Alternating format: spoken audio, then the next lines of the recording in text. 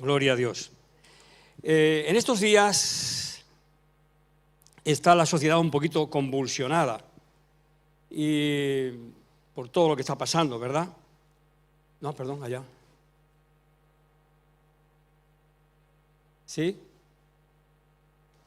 Ahí. Está un poquito convulsionada por todo lo que está pasando, pero me recordó alguien que en el año 1973 se produjo también una guerra del Yom Kippur, llamada del Yom Kippur, la guerra del Yom Kippur, en 1973, en la misma fecha que se ha iniciado la actual, con un día de diferencia. Aquella fue en el día 6 y esta ha sido el día 7 de octubre, y 50 años después. En aquella ocasión, el joven senador Joe Biden, que hoy es presidente de los Estados Unidos, visitó en plena guerra del Yom Kippur, en 1973, a Golda Meir, la primer ministro del Estado de Israel. Golda Meir lo vio un poco preocupado y le dijo: «¿Le veo un poco preocupado, senador Biden?» Dice: «Sí, lo estoy, mucho». Dice: «No se preocupe, los israelitas tenemos un arma secreta». ¿Ah, sí? ¿Y cuál? No tenemos dónde ir. Así que tenemos que defender esto porque nos han echado de todos lados y tenemos que defender esto como podamos.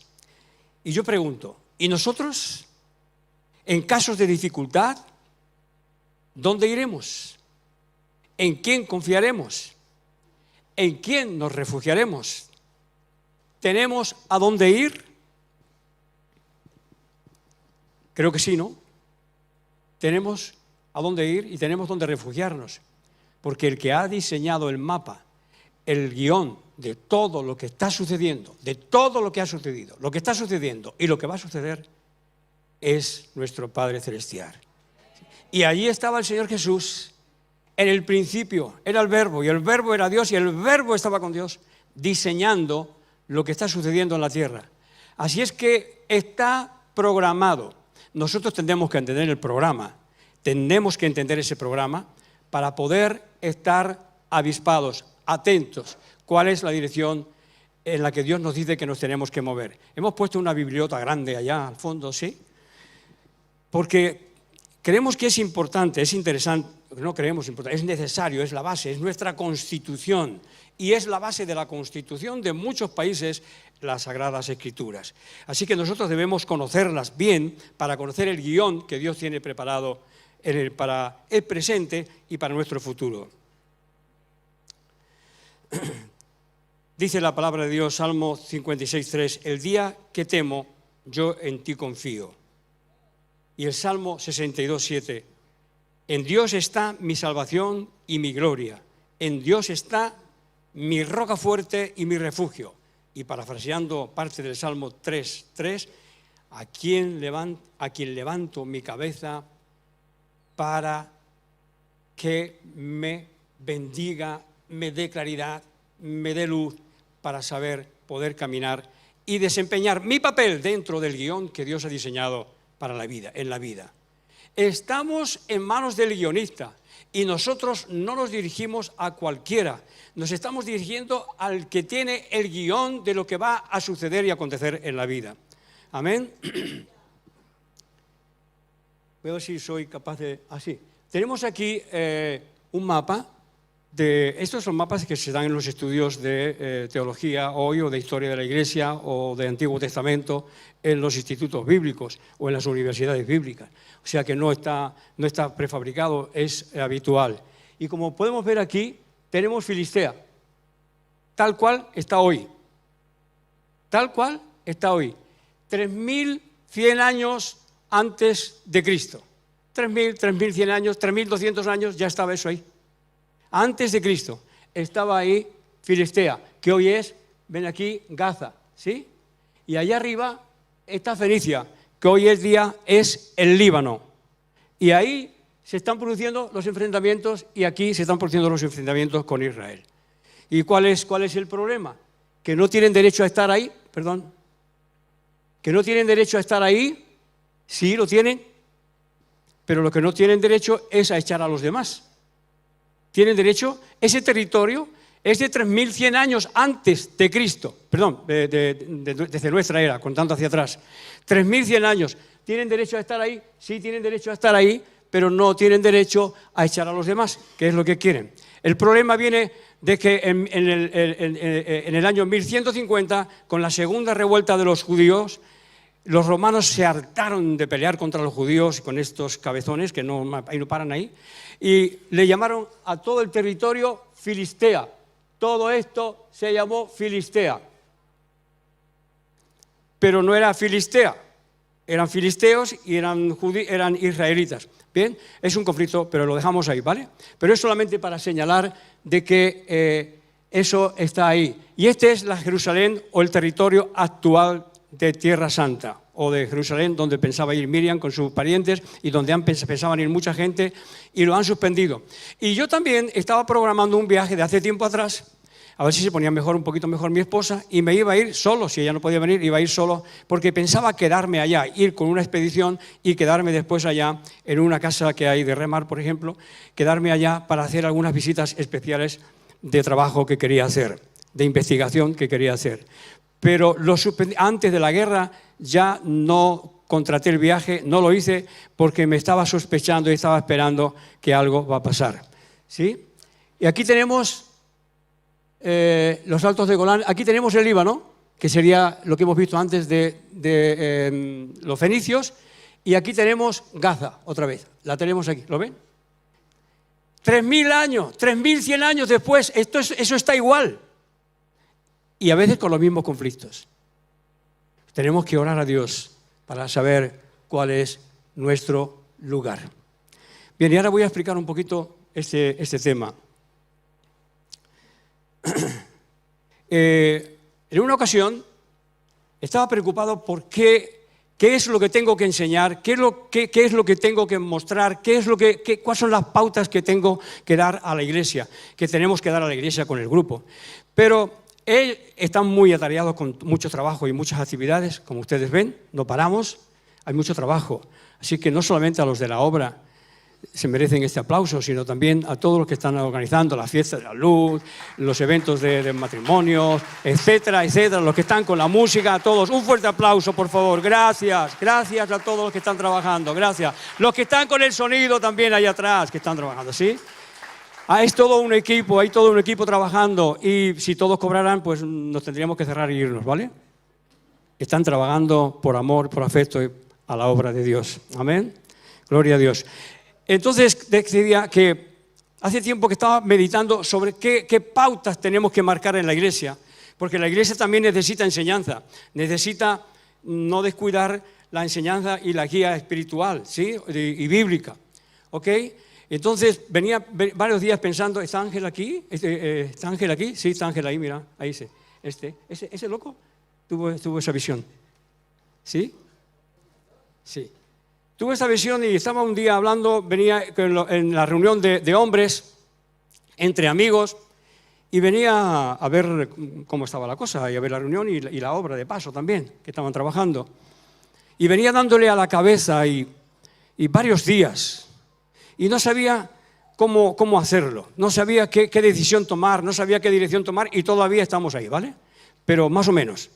Y entonces Ángel estaba contando ahí atrás, más o menos donde está, en una mesa que tenían ahí atrás, estaba comentando una visión que tenía a los hermanos que estaban ahí en la reunión y que tenían otro tema de trabajo, y él estaba contando esa visión y los demás decían, ¿pero qué nos está contando este?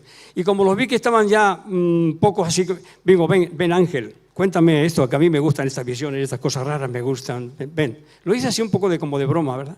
Pero cuando me empezó a contar la visión, ¿qué es lo que viste?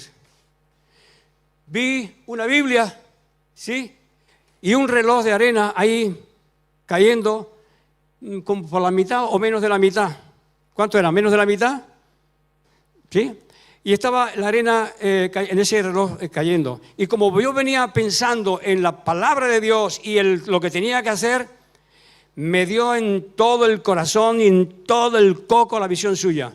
Y él estaba renegando, pero ¿por qué Dios me da a mí estas cosas si no la entiendo y nadie la entiende? Lo explico aquí, no me da tal. Yo no te preocupes, yo lo estoy entendiendo. A mí me ha dado fuerte. A mí me ha dado muy fuerte. Me queda poco tiempo. No sé si es en general o personal. Personalmente tengo 3/4 partes de mi reloj ya pasadas. ¿Sí? ¿Me queda todavía una 1/4 parte por ahí? No sé, a lo mejor Dios lo estira más, no lo sé. Y tenemos que poner esto, tenemos que enseñar lo que Dios me ha dado o lo que Dios nos ha revelado, ¿sí? Y es muy importante. ¿Cómo lo vamos a hacer? No lo sabemos bien todavía. Pero sí que hay una pauta que me gustaría poner en práctica y es estudiar la Biblia temáticamente, pero nadie viene a dar una lección de la interpretación de la Biblia. La Biblia se interpreta así sola, ella sola. Buscas un tema y los sinónimos y los antónimos y te vas a enterar. Y posiblemente te encuentres con Dios.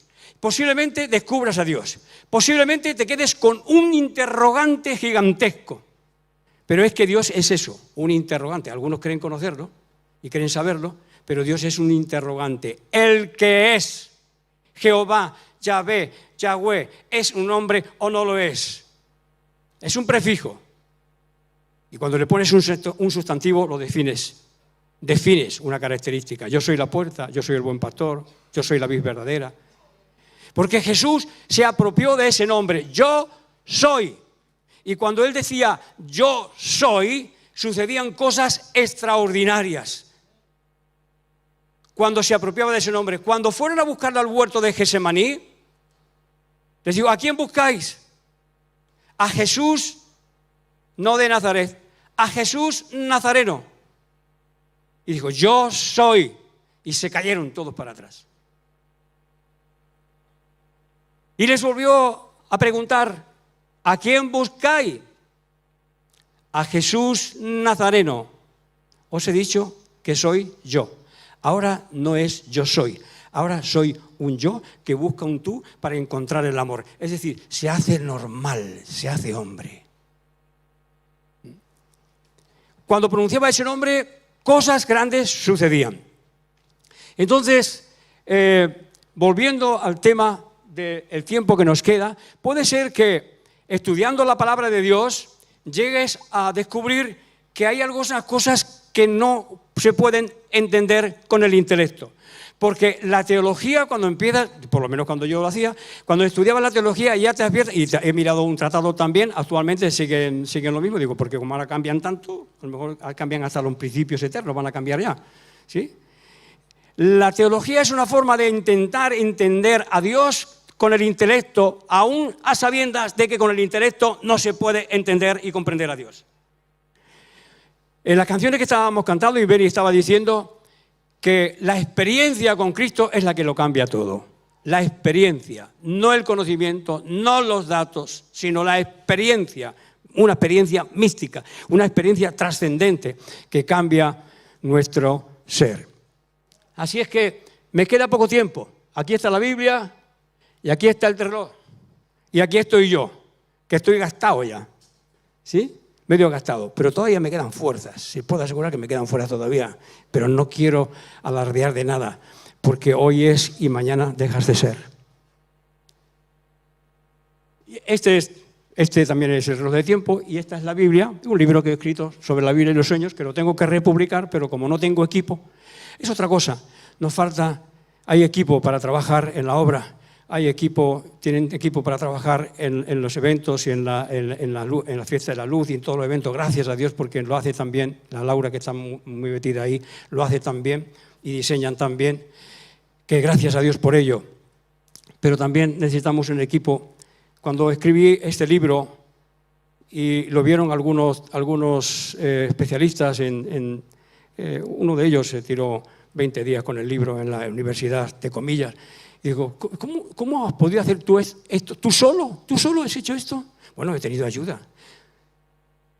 Pero ¿tú solo has podido digerir todo esto? Pues sí, pero hay mucho que digerir, mucho que hacer y publicar. Y necesito un equipo. También para hacer esto, para enseñar lo anterior, ¿sí? Para enseñar eso, ¿ok? Seguimos. Otra visión que tuvo Ángel. ¿Este loco? Ese domingo no estaba yo en la iglesia. No tiene nada que ver, porque la tuya se parece más a otra que tengo ahí, pero no la quiero poner porque me digo, uy, estoy medio católico. Pero las visiones no son ni católicas ni... Sí son católicas, son universales. Católico quiere decir universal. Y la iglesia ortodoxa es la iglesia ortodoxa, es la iglesia católica ortodoxa. Y la iglesia copta es la iglesia católica copta, católica. Y todos tienen ese calificativo de católico porque católico simplemente quiere decir universal. Y el mensaje de Cristo es universal, por lo tanto nosotros también seríamos católicos. No somos descendientes o no somos seguidores del Papa, no seguimos la doctrina del Papa, sino lo que nos marca la Biblia, pero el mensaje de Cristo es universal, es católico. Católico quiere decir universal, ¿sí? Así es que, ¿tuvo esta visión? No, esa visión no. Perdón. Jesús no estaba así con las manos abiertas, no se le veían las manos, pero le tengo que decir una cosa. Le mandé a Amparo, que está aquí de frente, que me hiciera una imagen. Le pedía que me hiciera un cuadro de esto, para no tener lo que andaba buscando, que me hiciera un cuadro de aquí, de nuestro. Pero me hizo de cartón un personaje con las manos así escondidas, que era como se veía, y vamos, que parece Lázaro saliendo de la tumba, pero nada, no con cara de muerto. Tiene una cara preciosa, el cuadro tiene una cara, que lo vamos a traer aquí, lo vamos a poner para que vean solamente la cara, por lo menos la cara, porque yo creo que dibujó al hombre de su vida. Unos ojazos, uno que me lo miras y ostras, me está mirando a mí. Y parece la Gioconda, ¿sí? Cuando quiera que lo ves, te está mirando. Tremendo. Pero no era lo que estamos queriendo. Le mandé un cuadro que ella me regaló. Digo, mira, Amparo, lo que quiero es un cuadro más o menos así como este que tú me has regalado, tan bonito, tipo Sorolla, del Pietro Sorolla, y tan bonito con esas vestimentas, con esas gasas, pero esto... Ay, perdón. Ya. Pero esto y esto junto en un cuadro. Y me lo hizo por separado. Pero vamos a traer el personaje que hizo porque vale la pena mirarlo, aunque sea a la cara y a los ojos. Lo miras a los ojos y parece que te está hablando y te está diciendo algo. Dibujó al hombre de su vida. O al Jesús con el que sueña, no lo sé. Dios lo sabe. Entonces, ¿qué pasa con esta visión? Él le pregunté y vio más o menos esto y su hija le hizo un dibujo parecido a esto. No como la imagen, pero le hizo un dibujo parecido a esto. Pero le dije a su hija, no, es que yo no era eso, es que tenía las manos así, tenía los pies así. Y yo le pregunté, porque no me explicaba qué era lo que realmente había visto. Pero cuando me empezó a explicar lo que había visto, por cierto, que tuvo la visión un domingo que yo no estaba, no sé dónde estaba de viaje, estábamos en otro, por ahí, no me acuerdo dónde estaba. Pero no estábamos aquí y se lo explicó a mi hija y a algunos. Y dijo, bueno, mi hija, pues está bien, me cuentas la visión y ya está. Y entonces cuando vine el domingo siguiente me dijo, ¿le han contado la visión que tuve el domingo? Y, pues no, sí, bueno, sí, algo me han dicho, pero no me he enterado bien. ¿Me lo puedes explicar tú? Tampoco me enteré de lo que me dijo, porque no lo decía. Es curioso que a veces tenemos una visión y no sabemos decir o definir qué es lo que hemos visto en la visión. Y entonces, es curioso también, y quiero señalar, que las visiones no las tuvo en su cuarto y en su casa, las tuvo aquí, en la iglesia. Por lo tanto, lo que tuvo aquí en la iglesia y que no entendía, que tampoco entendía, ni nadie lo entendía, pues compete a la iglesia. Tiene que ver con la iglesia. Así es que ese día que yo no estaba, tuvo esta visión y bueno, al día siguiente me la explicó. Y tampoco entendí nada, entendí lo que es su hija. Pues una Biblia aquí y un personaje aquí, ya está. Eso es lo que entendí. ¿Sí? Pero a ver, Ángel, pero si tú tienes una visión, a ti te tiene que decir algo la visión, porque ¿qué sentías con el personaje? ¿Qué sentías con la Biblia? ¿Qué es lo que estaba pasando? ¿Qué por aquí? Y ahí me empezó a contar alguna cosa. Y dice, esto estaba dirigiendo, creo que tu hija, Priscila, ¿sí? Y apareció esta visión, y cuando estaban dirigiendo el culto, se elevó la visión, se elevó el púlpito y el personaje se elevaron sobre el suelo. Y digo, ¿y a qué altura se elevaron? Como 2 metros, como no sé qué. Digo, ¿a la altura de donde ponemos las presentaciones? Sí, a esa altura. Ah, bueno, vale, ya tenemos un dato más. ¿Y se le veían las manos? No, no se le veían las manos. ¿Y se le veían los pies? No, no se le veían los pies. ¿Y qué más viste? Algo más tenía que haber ahí. Y pues, al lado de Jesús era como un aura amarillo que representa lo que hoy dicen los de la era, y lo que dice los yogas, la filosofía oriental, que es el aura humana, que se puede fotografiar, hoy se fotografía, el aura humana, alrededor de esa imagen. Y, digo, hombre, pues eso es muy importante. ¿Y qué más vistes? Que se elevaba y se quedaba ahí por encima de Patricia, de Priscila, que estaba dirigiendo el culto, se quedaba ahí la imagen. Digo, pues eso también es muy significativo, porque está queriendo decir que a través de esto... ¿Y cómo sabías que estaba ahí a esa altura? Porque no veía las letras de la canción que estaban poniendo. No veía las letras de la canción, solamente veía la imagen esta. Bueno, eso es importante para mí, pero eso lo guardo, ¿vale? Eso tiene que ver con que hay que trabajar en este aspecto, en este sentido tenemos que seguir trabajando. Amén. Pero al final hicimos aquella maqueta con Amparo, que ha salido muy bonita, ¿sí? De la Biblia con las 5 solas. Amén. Las 5 solas es la denominación conjunta para 5 frases que surgieron durante la Reforma Protestante y resumen las creencias católicas básicas de la Reforma, de los reformadores protestantes, que entraban en contraposición con la doctrina católica. ¿Sí? Todas y cada una de las solas rechazan o se oponían y se oponen explícitamente a prácticas y doctrinas extendidas a comienzos del siglo XVI en la cristiandad y que los reformadores criticaban, atribuyéndolas a la usurpación de competencias atribuidas a cualidades por la jerarquía eclesiástica de la Iglesia católica y especialmente por su cabeza, el Papa, que en realidad corresponden o bien únicamente a Dios o bien a todos los creyentes por las sagradas Escrituras, porque el conocimiento de la misma los constituye o nos constituye como sacerdotes y reyes y sacerdotes del nuevo orden, no mundial, sacerdotal, según el orden de Melquisedec y no según el orden del templo.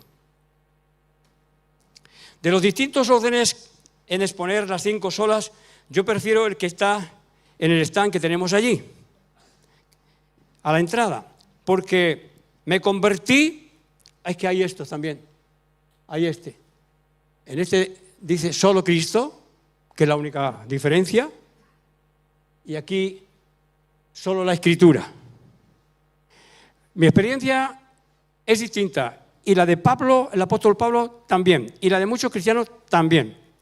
Yo me convertí porque Cristo se cruzó en mi camino cuando estaba buscando a Babaji, a Sai Baba, a Hare Krishna, yo qué sé, a Krishna, no a Hare Krishna, pero a Krishna, a los dioses de la India. Y Dios se apareció y se cruzó en mi camino. Y a partir de ahí me respondió con la palabra que Él se atribuye, Jehová, Yahvé, yo soy. Y me dijo, yo soy a quien tú buscas. No estás buscando a Babaji, ni a Sai Baba, ni a todos estos. Baba. ¿Sí? No, con mucho respeto, porque es Ortega y Gasset, un filósofo español, uno de los mejores filósofos, pero ahí olvidado, porque ese español está olvidado. ¿Sí? Decía que el yoga es la ciencia del espíritu. Y los cristianos pasamos por encima de estas cosas, las manoseamos, las tocamos y a veces no sabemos. Pero gracias a Dios, hoy en el culto, casi todas las canciones estaban hablando de la experiencia con Cristo y que Cristo lo cambia todo. Y eso fue lo que cambió mi vida. Cristo cambió mi vida y Cristo tiene que cambiar nuestras vidas. Y tenemos que pasar de la letra, de la Escritura, a la experiencia. Y esta fue la experiencia del apóstol Pablo. Y esta fue mi experiencia cuando estaba buscando a Savabhi, a Vaibhaja y a Sai-Baba y a todos los místicos de la India. Apareció Jesús y dijo, yo soy a quien tú buscas. Ahí cambió mi vida. Cambió los paradigmas de mi vida. Cambió la dirección de mi vida. Cambió la actitud y empecé a buscar en el cristianismo. Y lo primero que me relacioné fue con los católicos, con las comunidades de Kiko Arguello, las comunidades neocatecumenales. Y ahí no se leía la Biblia, o sea, no dejaban que los sí que leíamos la Biblia, pero en la reunión no podíamos tener nosotros la Biblia, ¿sí? En casa no podíamos tener la Biblia. Y justo salió la primera Biblia que se editó de la Biblia de Jerusalén aquí en España, por el Círculo de Lectores, y automáticamente encargué la Biblia. Primero Cristo, la experiencia con Cristo, después la Escritura. Y el apóstol Pablo sabía la Escritura. Y no solamente la Escritura, sabía derecho romano. Hablaba 4 o 5 idiomas, yo qué sé. Era un hombre súper preparado. Pero ¿sabe para qué le servía la Escritura? Para perseguir a los cristianos y llevarlos a juzgar y presenciar la muerte de unos cuantos. Que tenían un miedo terrible los cristianos. Ese era Pablo, que estaba predestinado desde antes de la fundación del mundo para anunciar el Evangelio, pero él tuvo un intervalo ahí que la lió parda, persiguiendo a los cristianos. Bueno, estabas predestinado desde antes de la fundación del mundo, pero ¿qué hiciste antes? Se necesita, aunque estés predestinado, has llegado a un lugar donde Dios nos ha dado libertad, libre albedrío, capacidad de decidir, y siempre digo, a veces me quejo de esto porque digo, este es el error que el Señor ha cometido, porque si no, no habría tantos conflictos en la tierra. Si fuéramos como nos quieren hacer ahora teledirigirnos, pues ya no habría tantos problemas, quizás. Si es que lo consigue, no lo sé. Si Dios hubiera hecho eso, pues a lo mejor no habríamos tantos problemas, no habría tantas ideas e ideitas e ideotas, sino que habría un pensamiento más uniformado, más uniforme. ¿Sí? Pero sucedió que el apóstol Pablo, conociendo las Escrituras, no entendía o las entendía mal y le convirtió en una persona sectaria, segregacionista, odiosa. Odiador y odiosa, porque odiaba, pero también lo odiaban a él.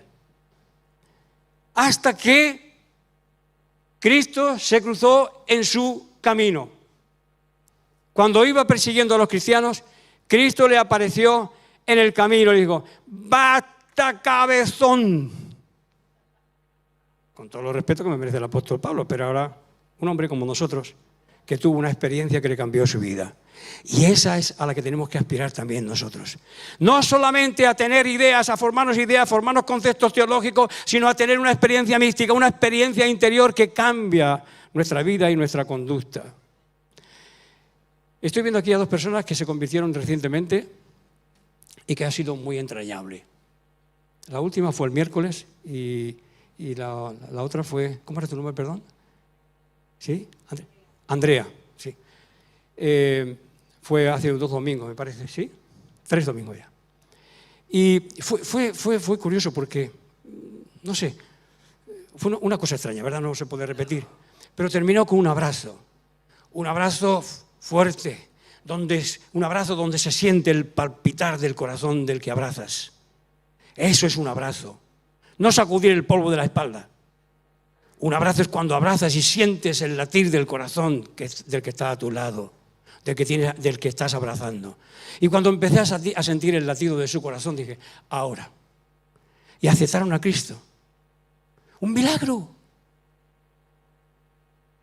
Un milagro. Gloria a Dios.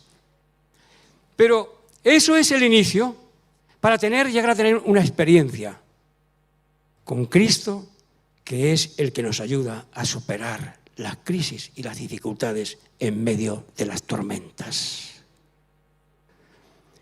Gordon Meyer le dijo a Joe Biden, Biden era el otro, sí, le dijo, no se preocupe, se le ve usted con mucho miedo, porque estaba en medio de la guerra. Digo, sí, lo tengo y estoy preocupado por Israel, estoy preocupado por ustedes. No se preocupe, nosotros tenemos un arma secreta. No tenemos dónde ir, Nos han echado a palo de todos lados y esto es lo único que nos queda. Así que o vivimos o morimos. Pero ¿y nosotros? Sea que vivamos, sea que muramos, somos del Señor.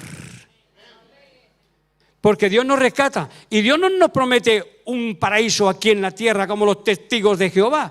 Dios nos invita y nos llama al reino de los cielos, porque mi reino no es de este mundo y nosotros a veces estamos muy aferrados a este mundo y es lógico y natural, lo comprendo. Aunque aquí no pasa tanto, pero sí lo comprendo, porque es lo único que conocemos. Pero tenemos que entender que la inspiración nos viene de otro lado. Hoy, en el culto que hemos estado viviendo, se muestra también la inspiración. ¿Sí? Y eso nos impulsa de otro lado.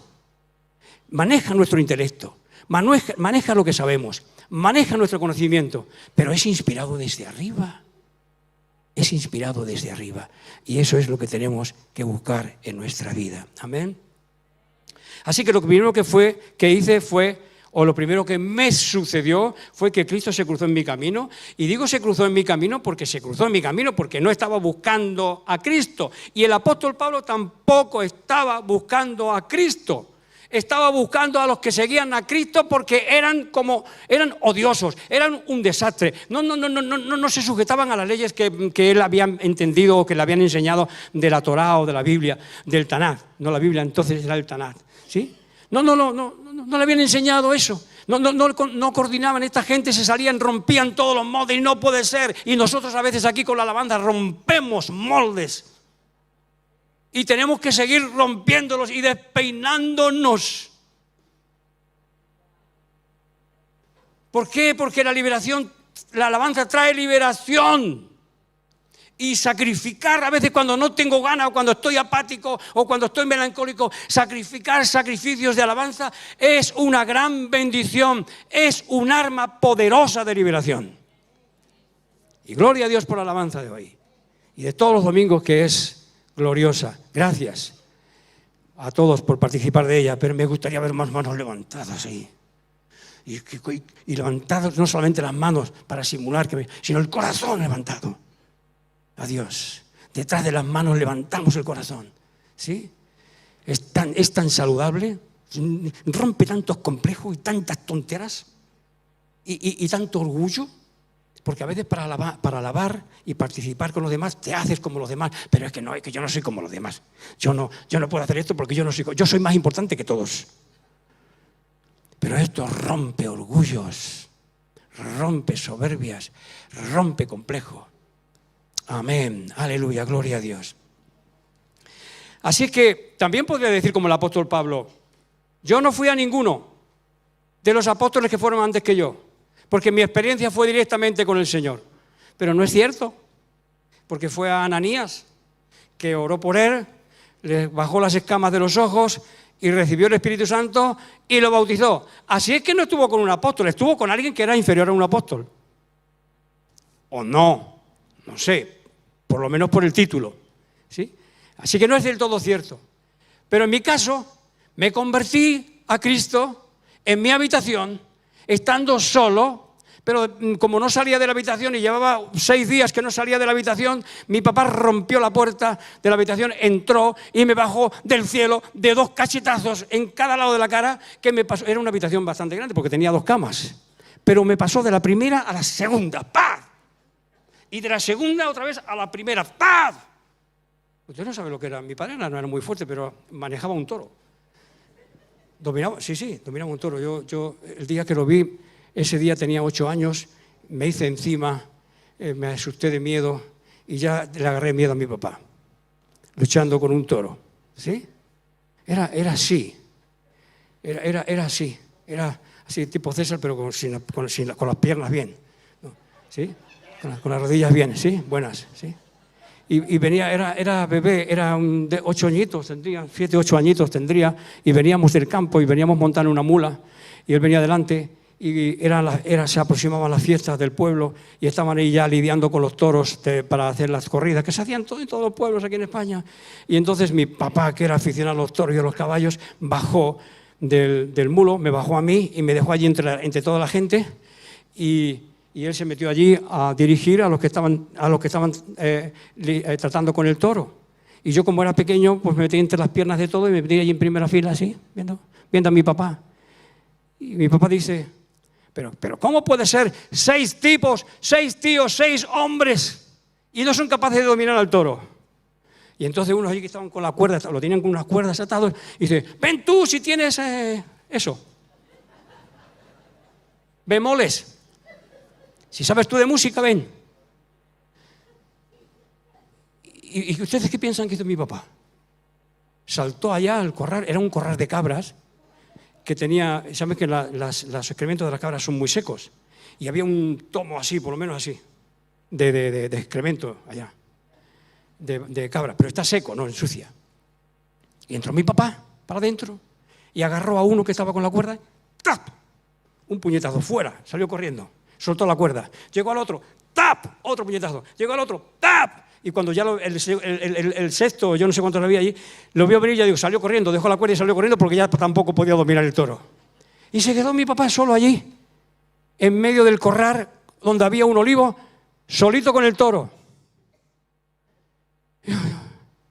Y yo un bebé, yo un niño, y viendo a mi papá allí. Y cuando vi que el toro embestía a mi papá, se metió detrás del olivo y le agarró por aquí a los cuernos del toro, se salió por acá, se metió en medio de los cuernos del toro, y usted no ve al toro dando vueltas por todo el corral, arrastrando el trasero de mi papá, dejando un surco por todo el corral. Con el trasero de mi papá se le bajaban los pantalones. Y yo viendo aquello, yo lloraba y sentía a la gente, decía, pero este Ildefonso está loco, este hombre está loco, pero ¿cómo se mete solo? Y está loco, está rayado, es un loco. Y yo escuchando todo eso a mi papá y viendo lo que estaba pasando, cuando vino mi papá, pues estaba empapado de todo. De ahí me agarró susto con mi papá. Tenía fuerza, era un hombre fuerte. Pero el apóstol Pablo era muy fuerte en su teología y en sus conceptos, pero necesitó una experiencia con Cristo para ser cambiado. ¿Sí? Yo quiero decir que desde entonces, que veía que yo con mi padre me quedé pequeño, ya no crecí más del susto, ¿sí? Y por eso tengo esta cara de susto a veces, ¿vale? Solo Cristo. El motivo que impulsaba a los predicadores con el lema Solo Cristo, a partir de los años 1517, que empezó la Reforma, era que la Iglesia tenía muchos intermediarios, la Iglesia Católica tenía muchos intermediarios entre Dios y los hombres. Entre ellos, el más importante de todos era y es la Virgen María, que sustituía prácticamente a Cristo. Y la Virgen María nos merece mucho respeto, a mí me merece muchísimo respeto, y creo que los evangélicos deberíamos hablar más de la Virgen María. Pero por miedo a que te tilden de católico, o de yo que sé, o de hereje, pues hay cristianos buenos aquí y hay cristianos buenos allá. Hay gente buena aquí y hay gente buena allá. Y no todos los que están son, ni son todos los que están, o los que estamos. Así es que menos juicios, ¿sí? Y más misericordia. Así que no todos mi respeto, y creo que los vuestros también, y de todos los evangelios os invito a tener ese respeto y hablar más de la Virgen María porque tiene un papel muy importante. Fue la mamá de Dios hombre, o del hombre Dios, porque decimos que Jesús fue Dios y hombre verdadero, ¿sí o no? ¿Sí? Fue la mamá de el hombre Dios, o el hombre, o la parte de Dios hecha hombre. Así que los predicadores afines a la Reforma protestante de la época insistían a través de sus predicaciones que Jesucristo es el único mediador entre Dios y los hombres. Solo Cristo salva. Y la Virgen María es importante porque fue la que engendró a Cristo. Por eso fue importante, sobre todo por eso fue importante. Pero el mismo Señor Jesús dice en varias ocasiones, En una ocasión, dicho así como hablamos los españoles, una mujer dijo de lejos: ¡viva la madre que te parió! Y los pechos que te amamantaron. Dicho de otra manera, dice: bendito el vientre que te concibió y los pechos que te amamantaron. Pero aquí en España, pues, o sea, como más directo, ¿no? ¡Viva la madre que te parió! ¿Y qué respondió el Señor Jesús? Antes, bienaventurados los que escuchan la palabra de Dios y la hacen. Y no dijo los que la leen. ¿Entienden bien? No dijo los que la leen en aquel momento, los que la escuchan, porque a veces escuchamos predicaciones y leemos y no entendemos aún la palabra de Dios, que la leen, muchos la leen y se cansan de leerla porque no entienden nada. O ¿sabe lo que más entienden? A veces los salmos, los proverbios, Eclesiastés, etcétera. Son lo que más se entienden. Pero a veces de la vida de Jesús hay cosas que las entienden, pero es que esto es imposible practicarlo. Una cosa es leerlo y otra cosa es escucharlo y otra cosa es experimentarlo y hacerlo. Porque solamente se pone en práctica cuando uno lo vive interiormente. Hoy mi esposa estaba leyendo una palabra y tuvo una revelación nueva. ¿Y cuántas veces la he leído? Un montón de veces. ¿Y cuántas veces he leído yo ese texto? Muchas veces. Y sin embargo, a veces lo lees de nuevo y parece algo fresco, algo que te llama la atención, algo que te cala en lo profundo del corazón, algo que antes que estaba ahí escrito, pero que no lo habías sentido, no te había sido revelado. La palabra de Dios es la revelación de Dios y la palabra de Dios tiene que ser revelada cuando la leemos en nuestros corazones para poder entenderla y digerirla. Y si no, es letra muerta. Si no, es letra muerta. Así que solo Cristo es suficiente, solo Cristo. Así que en esa ocasión dijo: antes bienaventurados los que escuchan la palabra de Dios y la ponen en práctica. Antes que su madre. ¿Sí? Ahí tienes, le dijeron a uno: oye, loco, ¿ustedes qué piensan? Que a Cristo se arrodillaban la gente que tenía necesidad y gente que percibía lo que había en Cristo, pero otros le trataban de loco y lo querían matar. Oye, mira, escúchame, deja ya de darnos el sermón. Alfredo, corta ya. Deja de darnos el sermón. Mira, ahí tienes a tu madre y tus hermanos que te están esperando. ¿Por qué no te largas ya de aquí y nos dejas tranquilo y no nos des la charla más? Que nos estás confundiendo la ley. Y dijo: ¿quién es? ¿Qué dijo? ¿Qué dijo el Señor? ¿Quién es mi padre, mi madre y mi hermano? El que hace la voluntad de mi Padre que está en los cielos, porque tengo una identidad distinta. Tenemos una identidad distinta, tenemos naturaleza humana, tenemos un cuerpo, tenemos un alma, tenemos un espíritu, estamos hechos a imagen y semejanza de Dios, somos tridimensionales, por decirlo de alguna manera, es una locura, son locuras mías, ¿vale? Pero tenemos tres dimensiones: cuerpo, alma y espíritu, y tenemos que descubrir nuestra identidad como hijos e hijas de Dios. El apóstol Pablo, cuando Cristo se le cruzó en su camino, entendió que tenía una naturaleza distinta a la que él había sido, en la que él había sido preparado, educado. Es decir, una naturaleza distinta de la que te da la sociedad en la que has nacido. Una naturaleza distinta a la genética desde el vientre en el que has sido engendrado. Una naturaleza distinta del país en el que vives. Una naturaleza distinta que no corresponde a este mundo, sino que corresponde al reino de los cielos. Y eso es lo que descubrió Pablo. Y eso es lo que descubrí yo también, salvando las diferencias, sobre todo en el tiempo. Y también intelectuales, por supuesto. Amén. Eso es lo que cambia. Solo Cristo. Las 95 tesis de Lutero. Ahí está. Y después dicen que yo tengo cara mala, ¿no? Que era fea. Hombre, por favor, un respeto. Este me gana, Ese lo ves y sales corriendo. ¿Dónde está Beni? ¿Está con la obra? ¿Dónde está Beni? Mira a su paisano. Beni es guapo. Ese chico, un buen mozo. Pero su paisano, mire lo que era. Con esa cara le tenía miedo, hasta la Iglesia Católica le tenía miedo. Las 95 tesis de Lutero promovían los argumentos contra lo que él consideraba un abuso de la práctica del clero al vender indulgencias. ¿Sabes lo que son indulgencias? Perdón. O sea, tienes una causa y vas a ir al juez, pero escúchame, antes de que vaya al juez, ya te pago yo la multa, ya te la pago yo la multa, ¿vale? Que eso es lo que en realidad ha hecho Cristo. Pagar nuestras deudas para que podamos tener acceso al reino de Dios.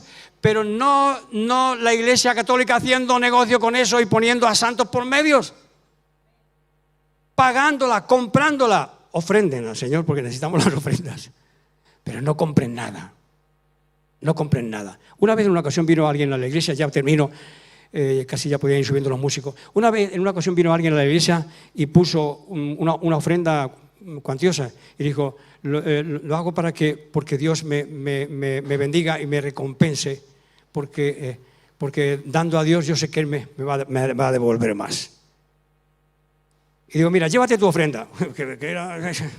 Digo, pero anda, llévatela. No quiero tu ofrenda así. A Dios no se le compra. A Dios se le da por afecto, por amor, por empatía. Pero no para comprarlo. Y esto es lo que estaba haciendo la Iglesia Católica, vendiendo las indulgencias, ¿sí? Así que pagabas. Las plenarias eran certificados que, según las creencias católicas, reducen el castigo temporal del purgatorio por los pecados cometidos por los compradores de sus seres queridos. Se celebra en el Día de Todos los Santos, o de los Santos Inocentes. Cuando Lutero clavó las 95 tesis allá en la catedral de no me acuerdo cómo se llama ahora, era uno de los lugares principales donde se hacía el culto a todos los santos, el más reconocido. A todos los santos inocentes, refiriéndose a Herodes, a los que Herodes mató para sacarse de en medio al niño Jesús, al nacimiento de Jesús. Y como se había transformado la cosa porque se había mezclado con el Día de Todos los Santos, el Día de Todos los Santos, que hace referencia a todos los mártires que murieron en las persecuciones que hicieron los romanos al cristianismo hasta el año 316 con el edicto de Milán, que se eliminó.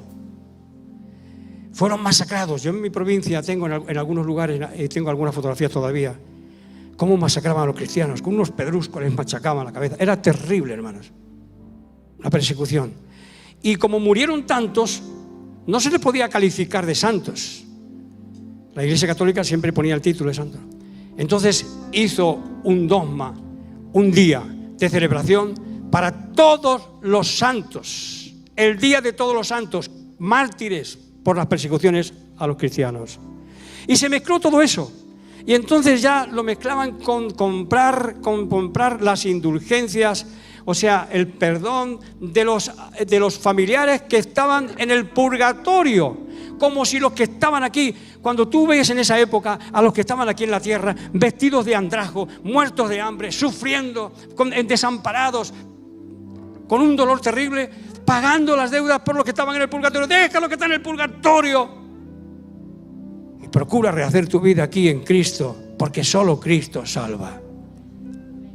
Y no pagando dinero, indulgencias. Este era el tema que movía a Lutero, así dicho a grandes rasgos, porque si no, nos volveremos locos. Romanos 11, 33, 36. Cómo es tan difícil entender los misterios de Dios. El apóstol dice, oh profundidad de las riquezas de la sabiduría, de la ciencia de Dios. Cuán insondables son tus juicios e inescrutables tus caminos. Porque ¿quién entendió la mente del Señor? ¿O quién fue su consejero? ¿O quién le dio a él primero para que le fuese recompensado, para que tú le recompenses y lo compres? Porque de él y por él y para él son todas las cosas. A él sea la gloria por los siglos de los siglos. Amén.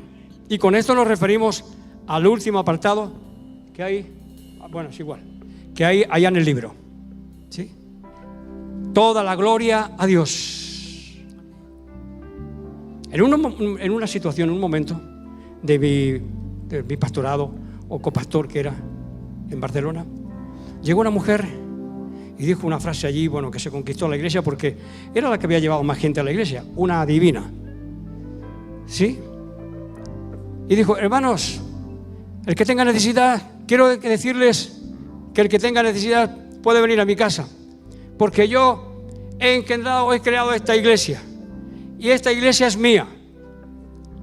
Y cuando terminó de decir, un momentito, por favor, un momentito, salía yo, un momentito. Esta iglesia no es suya, ni es del pastor, ni es mía, no es de nadie. Esta iglesia es de Cristo, solo Cristo. Pero es que yo la he creado porque todos han venido por mi influencia. Y como estaba dando la charla allí ya confundiendo, el Señor me inspiró y dijo, ¿usted de quién es? ¿Usted de quién es? ¿Del diablo o de Dios? No, yo soy de Dios. Muy bien, gloria a Dios. Gloria a Dios.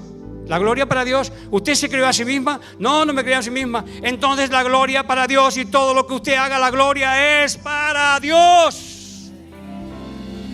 Así aprendemos esto, que se quede marcado en nuestras vidas, que todo lo que hago y lo que haga no es para ensalzarme o ensaltarme yo, sino para ensalzar el nombre de Cristo. Solo a Él la gloria. Aleluya.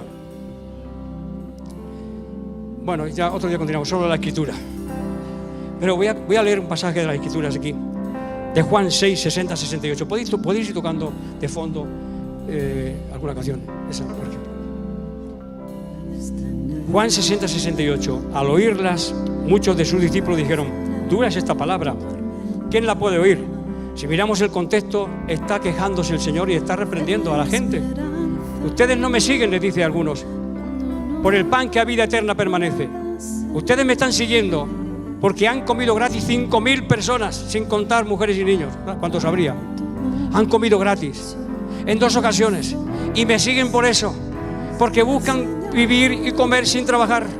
No trabajan por la vida, por lo que a vida, la comida que a vida eterna permanece. Se estaba quejando el Señor en estas cosas, y entonces llega un momento que dice, al oírlo muchos de sus discípulos dijeron, dura es esta palabra, ¿quién la puede oír?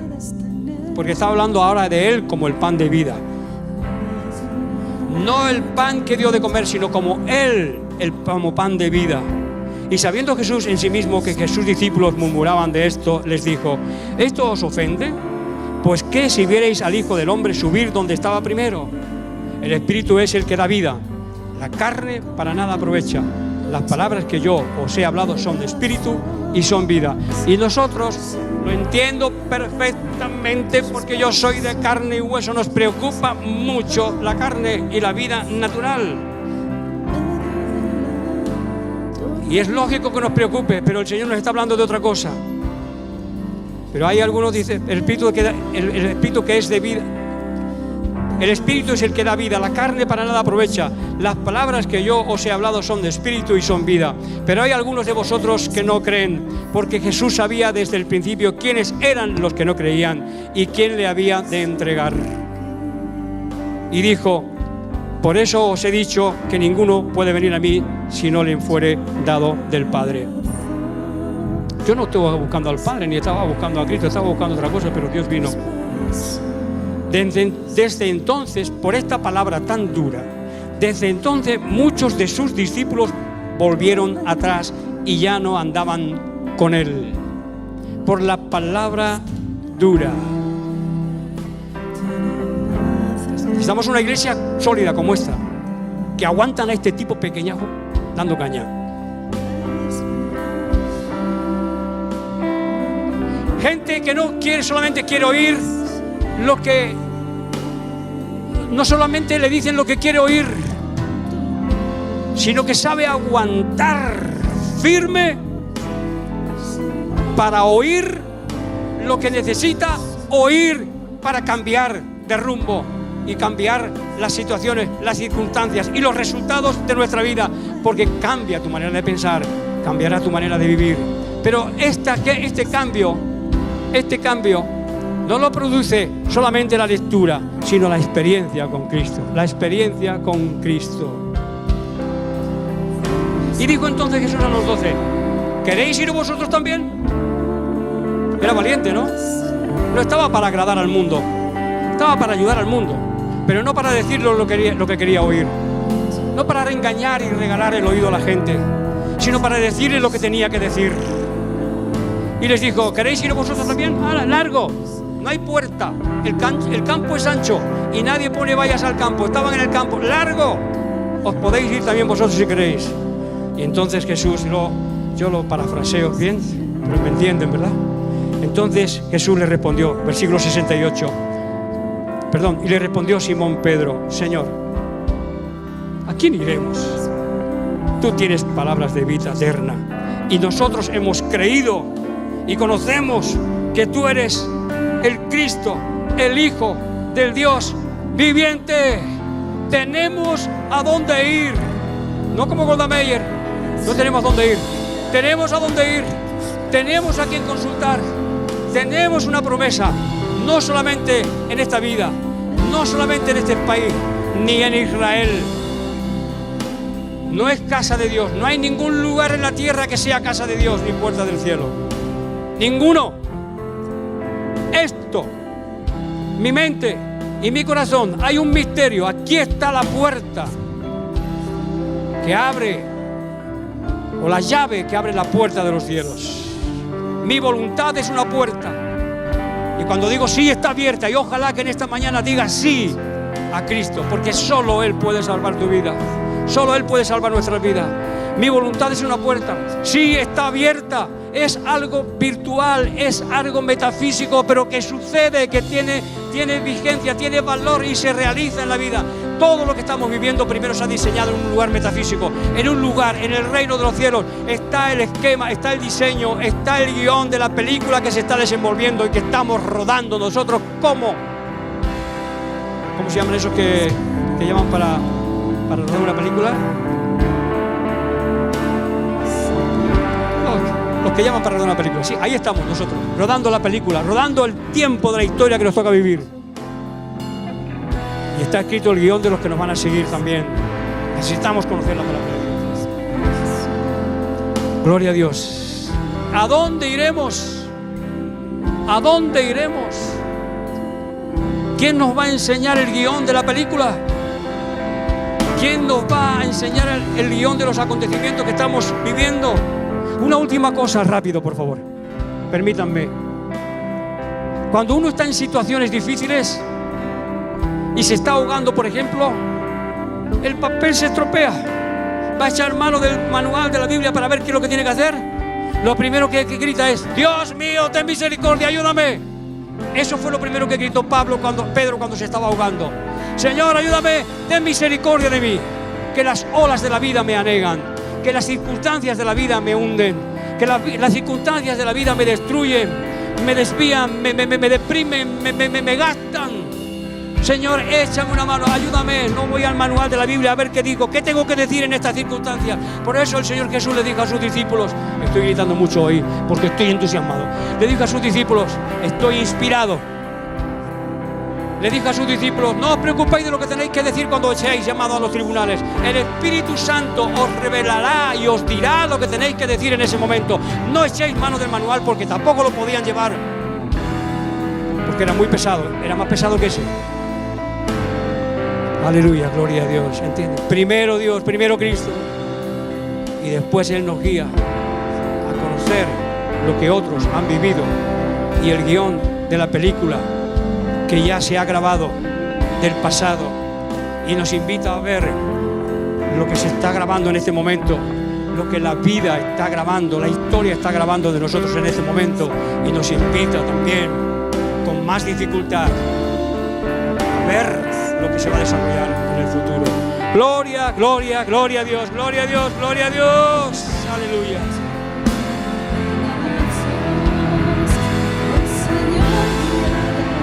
El Señor guiará nuestros pasos.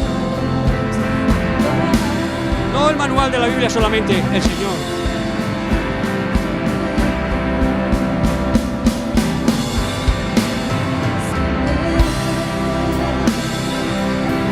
Hace la tormenta y esperanza, cuando no puedas seguir.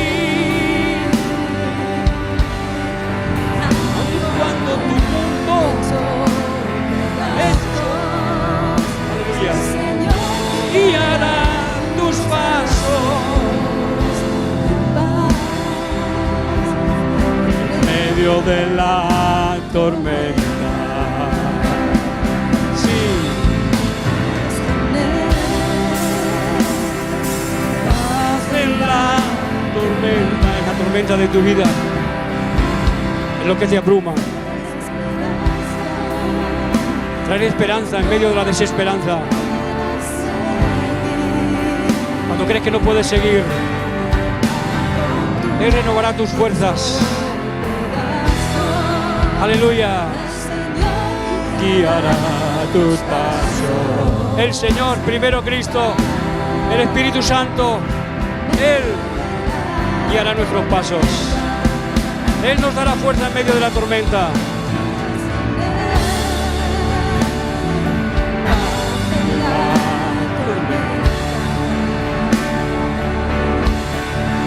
Hay esperanza cuando no puedas seguir. Sí, Señor, creo en ti, Dios. Aleluya. El Señor guiará tus pasos en medio de la tormenta.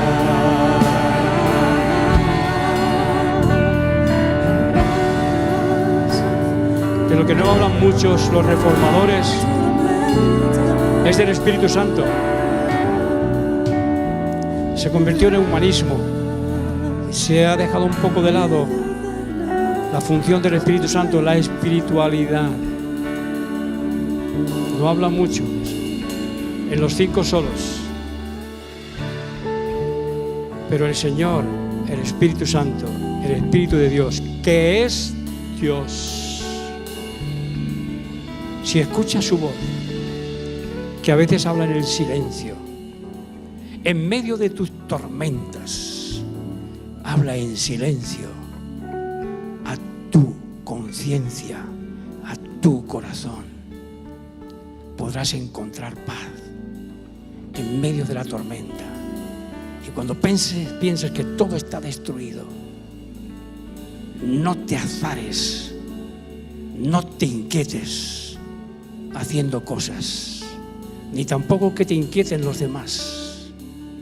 Escucha la voz del Espíritu Santo que guiará tus pasos, que guía tus pasos, nuestros pasos en medio de la tormenta. Dios los bendiga, Dios los bendiga. Gracias, gracias, gracias, aleluya, gracias.